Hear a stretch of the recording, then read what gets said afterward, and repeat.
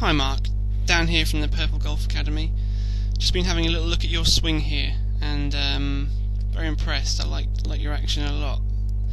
A lot of good things in this swing. I understand from Steve that you're playing off 17 and that you used to suffer from a bit of a slice, but I have to say, looking at your swing, no real evidence of a slice in this action, and a lot of things are very good in this swing. So I think there's a single figure golfer waiting to get out of you somewhere in there, Mark. It's a better swing than a 17 handicap. So let's have a little closer look at what goes on in your swing, Mark, and see what we can learn and highlight some of the things that I think you do really well. So I'm just going to draw some lines on here just to help me analyse the way you move through your swing. Now, the first thing I'd say is I really like your setup. I think the posture is really good. I really like the angles in your body here, good leg flex, good forward tilt in the spine, and looks like a nice kind of balanced, relaxed address position. You know, you look athletic there, and it's a very good address position. There's two things I'll just pick up on. One is it looks to me like your shoulders are quite open here, pointing sort of left of your target, certainly compared to your feet line. Your feet probably quite closed there, but I imagine you're probably aiming somewhere in this direction. So somewhere between those feet and the shoulders, there's a sort of natural point there. In fact, your hips probably are just about in the right place there. They look like they're aiming pretty well down your target line. So you can just match those shoulders up to those hips. That's going to make that takeaway a little bit easier, the backswing a little bit easier. And also, you're quite away from the ball here. I mean, sometimes that's not a problem with the driver, but it might be worth experimenting with standing just a fraction closer to the ball, Mark. Would be my observation with your setup position. But all in all, really good setup. And I think this is one of the best things about your swing is your takeaway. I really like the way you turn the club away with your shoulders there. Really strong early turn with the shoulders, and that's something I really like in the swing. That means you're really going to wind up nicely and get that club working with the body, which is exactly what we do want in the swing. So, you know, that upper body move off the ball is excellent, really good, just what we like.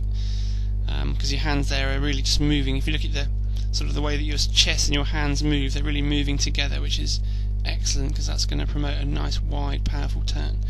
So that's a really good thing about your swing. Now,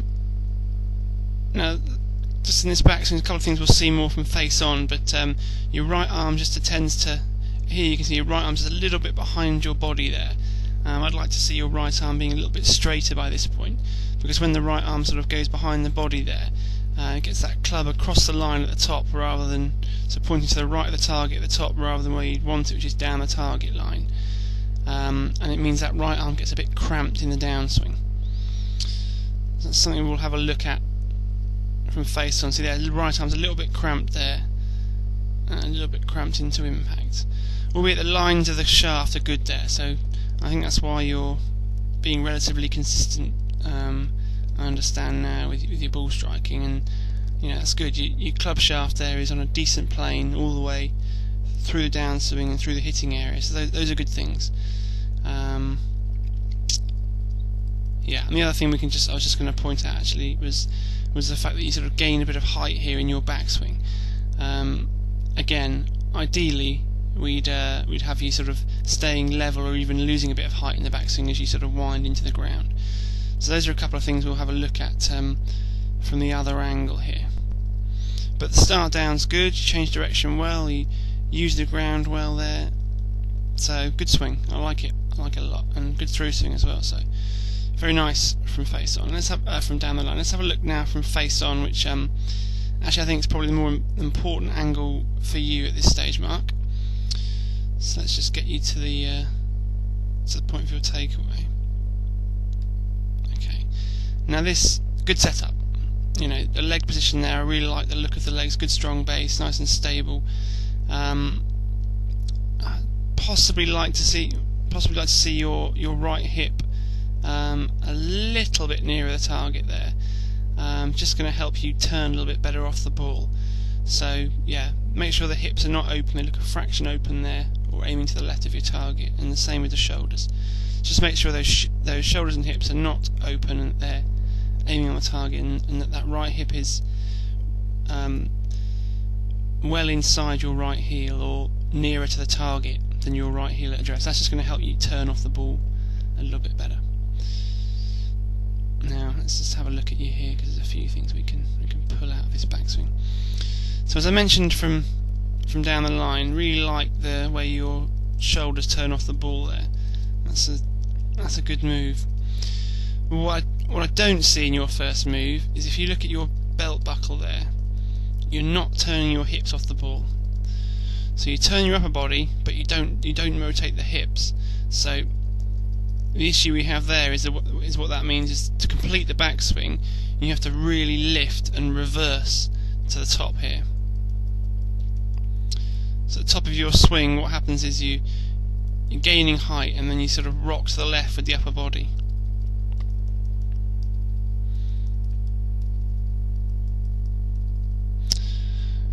And that means you do come down a little bit steep, and the upper body gets a bit ahead of it in the downswing.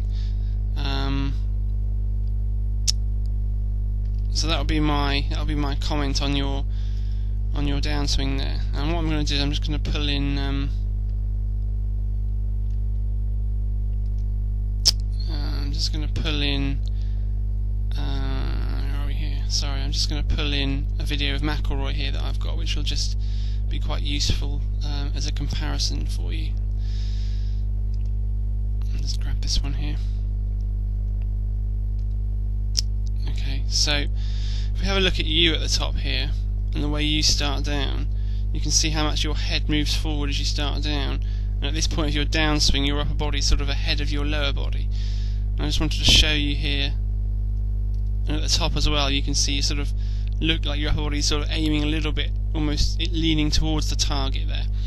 And if I just roll this clip back and just show you McIlroy for a moment, and the way he looks at the top of his swing.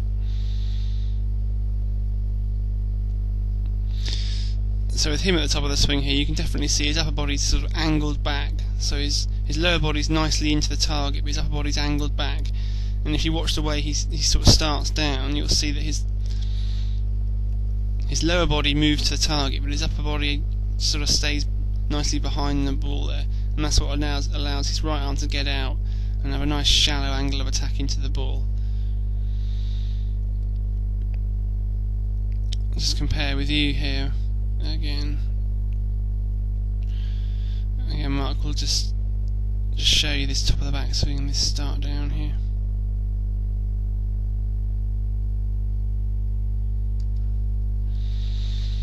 So top of the backswing there, sort of upper body's leaning a little bit into the left side, and then we sort of have this upper body lean to the left as you start down, rather than just the lower body working left. So to me, that's more of a product of the backswing, really, for you here, Mark. So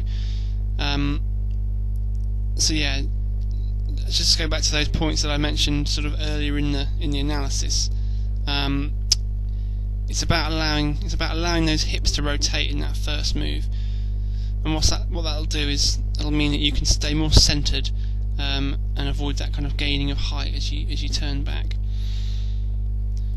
Because if we can keep that head in its original kind of box there, rather than moving to the right and moving up, you're going to be much more centered at the top of your swing. You'll be able to use the ground better. Your lower body will fire, and the upper body will sort of stay behind the shot a little bit more, and that's going to allow you to really fire the club a little bit more powerfully.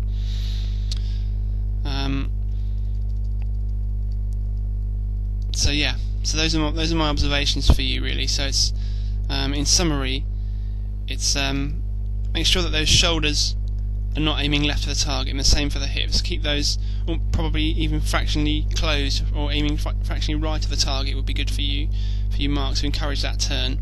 And in that first move, ensure that you get those hips, that belt buckle turning with the shoulders, which is going to help you stay centered to the top. And what we're looking for then is that head to stay in that original box, so not moving to the right and not moving up, would be ideally what we're looking for. And that final piece here at this halfway back point is just to keep that right arm a little bit straighter. The right arm tends to bend in behind you, so ideally you have your right arm a bit straighter at that point, and that'll just make it that little bit easier for you to keep that width at the top there, and the arms to fire in the correct sequence in the downswing. But I'm nitpicking a little bit, because all in all it's a good action, as I say, Mark. A lot of good things in here, particularly in this downswing. Actually, I was going to point out the way that you release the club through the ball. I really like that. The arms are nice and long, and the body really continues to turn, which is good.